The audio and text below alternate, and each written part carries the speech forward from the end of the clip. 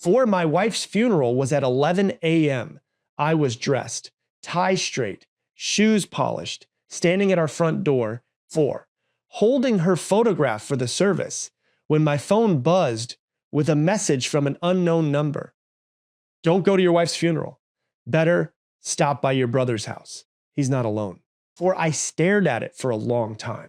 My name is Thomas Grant, 44 years old, civil engineer from Denver, Colorado. Laura had been gone 9 days. Car accident on a Tuesday evening. Wet roads, highway overpass. 4, a phone call I'd received at 9:47 p.m.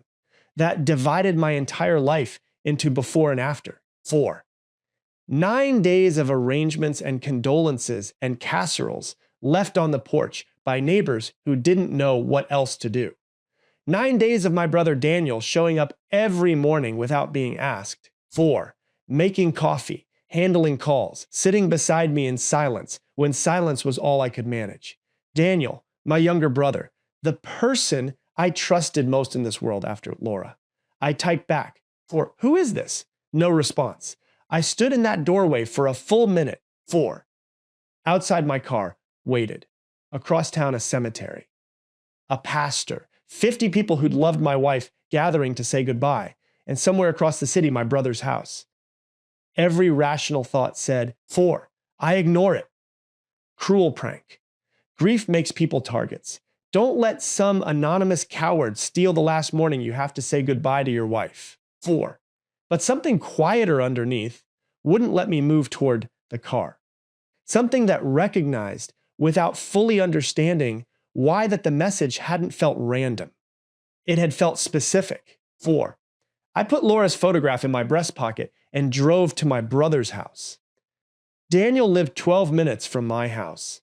I knew every turn without thinking, had driven this route 1,000 times. 4, Sunday dinners, football Sundays, the night his daughter was born when I'd broken every speed limit getting there. Familiar streets, familiar neighborhood. 4, the blue house on the corner with the basketball hoop he'd installed 4 years ago and used maybe twice. Everything looked completely normal, pulling up. 4, his car in the driveway, curtains drawn, but he always kept them drawn in the morning. No strange vehicles parked outside. Nothing that screamed anything was wrong. I almost turned around, for almost convinced myself the message was exactly what logic had been telling me. A cruel anonymous prank targeting a grieving man on the worst morning of his life. 4, then I noticed Laura's car parked on the side street, running adjacent to Daniel's house, half hidden behind a neighbor's SUV. 4, the white Accord I'd been driving to the mechanic for 6 years that had a crack in the rear left taillight we'd never gotten around to fixing. The same car that had gone off an overpass 9 days ago. 4, the same car that was currently sitting in a police impound lot across the city. I'd received the retrieval paperwork just yesterday. I pulled over slowly, Zach completely still. 4, stared at that Accord for 30 seconds, making absolutely certain I wasn't losing my mind, that grief hadn't finally cracked something fundamental. Counting the details one by one. 4, white cord, cracked tail light, Laura's university parking sticker on the rear windshield, identical in every way. My hands were shaking when I pulled out my key and walked to Daniel's front door. 4, the key slid in clean. I stood on that doorstep for 3 full seconds with my hand on the knob, the photograph of Laura pressed against my chest, funeral tie straight. 4, shoes polished for a goodbye I hadn't yet given, and pushed the door open. The house was quiet, not empty, quiet, occupied, quiet. 4, the specific stillness of people who stopped moving because they heard something. I stepped inside. Living room, normal. Kitchen, 2 coffee cups on the counter, both used, both recent. 4, a woman's coat draped over the back of a chair that didn't belong to Daniel's ex-wife, because Daniel's ex-wife had moved to Seattle 3 years ago, and I knew every piece of clothing she owned. I knew this coat. 4, bought it myself, Christmas 2 years ago. Dark green wool, specific brass buttons. A small repair on the left cuff from where it had caught a car door. 4. Laura's coat. My dead wife's coat was hanging over my brother's kitchen chair. I didn't call out, didn't move. Just stood in that kitchen with my hand resting on the coat fabric, warm, recently worn. 4. And waited for my breathing to steady into something functional. Took a while. Footsteps upstairs, one set, careful. Someone who'd heard the front door and was now deciding what to do about it. 4. Then Daniel's voice from the top of the staircase, quiet, controlled, doing his best to sound casual, and landing nowhere near it. Tom, what are you? 4. Why aren't you at the? He appeared at the top of the stairs behind him, half a step back, partially in shadow, wearing clothes I'd last seen folded in our bedroom drawer. Laura looked down at me alive. 4. The human brain does something strange in moments of absolute impossibility. It doesn't scream, doesn't collapse. It just stops like a computer hitting a command it wasn't built to process. 4. I stood at the bottom of that staircase, staring at my wife, my dead wife, and felt nothing for approximately 4 seconds. 4. Then everything hit simultaneously. Tom Daniel stepped forward, hand raised, voice carefully measured. Just let me explain before you. Laura, my voice came out completely flat. She flinched. 4. Actually flinched like the sound of her own name from my mouth was something she hadn't prepared for. She looked different. Hair shorter, darker, different clothes. 4. The specific appearance of someone in the middle of becoming someone else. How? That's all I could produce. How? Daniel was talking. 4. Words were coming out of his mouth in careful, organized sentences, and I couldn't process a single one because I was watching Laura, watching my wife slowly descend 3 steps and stop. 4. Keeping distance between us, calculating distance, the way you calculate distance from something unpredictable. She was afraid of me. My dead wife was afraid of me. The accident. I finally managed. 4. Wasn't an accident, Daniel said quietly. The room tilted. We staged it, Laura said. First words she'd spoken. Voice smaller than I'd ever heard it. 4. Tom, I'm sorry. I know that means nothing right now, but you staged your own death. She nodded. And the funeral. My voice was dangerously quiet now. There are 50 people at your funeral right now. For your mother is at your funeral right now. Something crossed her face. Not guilt, exactly. Something more complicated and somehow worse. I know, she whispered. I sat down. Not dramatically. 4. My legs just made a decision my brain hadn't approved yet, and I found myself in Daniel's kitchen chair. Laura's coat still warm beneath my hands. 4. Staring at the 2 coffee cups on the counter while my wife and my brother stood in the doorway, waiting for me to do something. Start talking, I said. Everything. Daniel sat across from me. 4. Laura stayed standing near the door. I noticed near the exit, still calculating. It took 40 minutes. The short version, the version my brain could absorb in that kitchen on that morning, was this. For Laura had been skimming money from the architecture firm where she worked. Small amounts initially, then larger, covering client account shortfalls, redirecting invoices. 4. The kind of financial manipulation that starts as temporary and becomes permanent before you fully understand what you've built. 4. 18 months of it, approximately $340,000 total. The firm had discovered it 3 weeks before the accident. A forensic audit, quiet, thorough. Her partners had given her 2 choices: for criminal charges or full restitution immediately. She had neither the money nor the time. So she built a 3rd option: disappear. Daniel knew, I said. Not a question. I found out 2 weeks ago, he said. She came to me. I didn't know what to do. I swear you helped her fake her own death.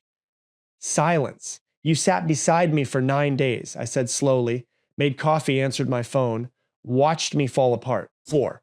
I looked at my brother, this person I trusted without condition for 44 years, and the entire time she was here. Daniel looked at the table. That was answer enough.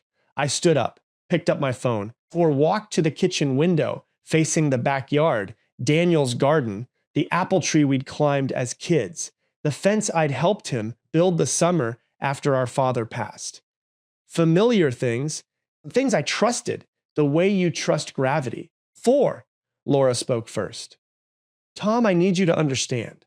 I had no choice. They were going to prosecute my career. Everything we had, the house, it would have all stopped. I didn't turn around.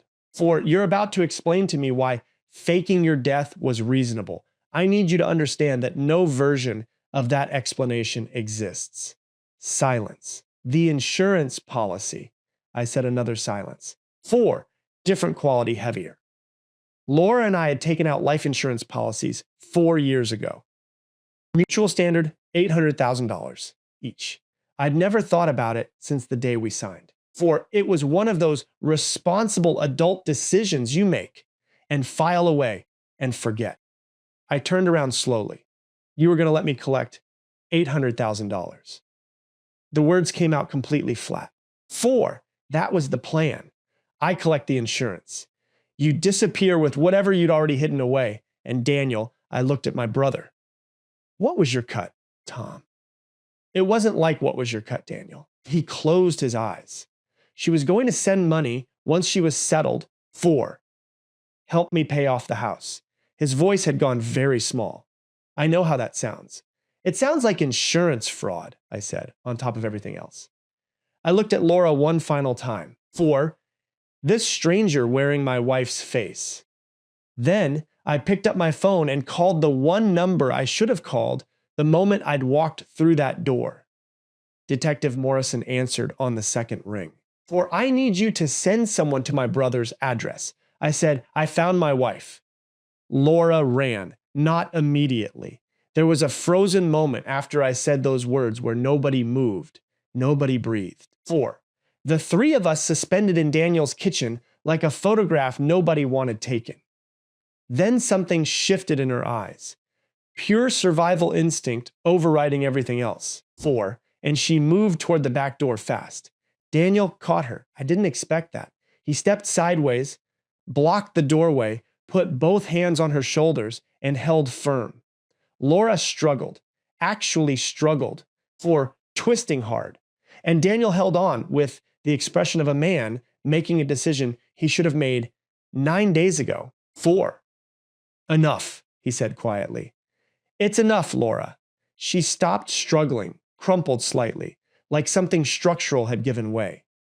Detective Morrison arrived in 11 minutes with 2 patrol cars. 4, I watched from Daniel's living room window as they came up the front path. Unhurried, professional. 4, the specific energy of people who'd seen every version of human desperation and stopped being surprised by any of it.